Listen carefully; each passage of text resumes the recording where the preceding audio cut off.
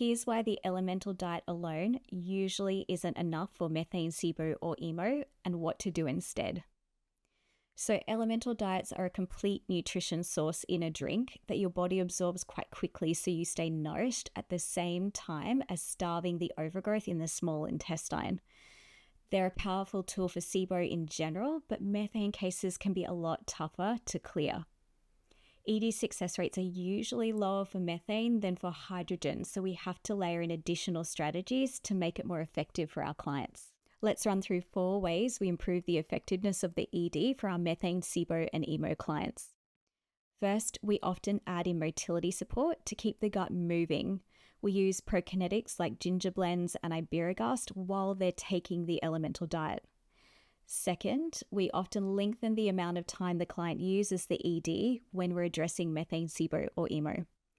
2 weeks is often effective for hydrogen, but for methane cases, sometimes you just need closer to 3 weeks, especially when gas levels are over 70 parts per million. But this should be weighed against the physical and mental toll that it takes to use an intervention like this for 3 weeks and the impact it can have on the abundance and diversity of the colonic microbiome. Third, sometimes we will pair the elemental diet with antimicrobials, but at a much lower dose. So for example, we might add in low-dose oregano since it's antibacterial, antifungal, and it can work against methanogens as well. This is like a broad spectrum sweep that we might use for very resistant cases, and it targets hydrogen SIBO bacteria that feed methane producers, with our goal being that we can indirectly reduce the methane. And finally, another strategy we layer in is nervous system and vagal tone work to support small intestine motility and the migrating motor complex. That cleansing wave that clears food and microbes and waste out of the small intestine between meals. This is really an additional support tool everyone with SIBO should be using.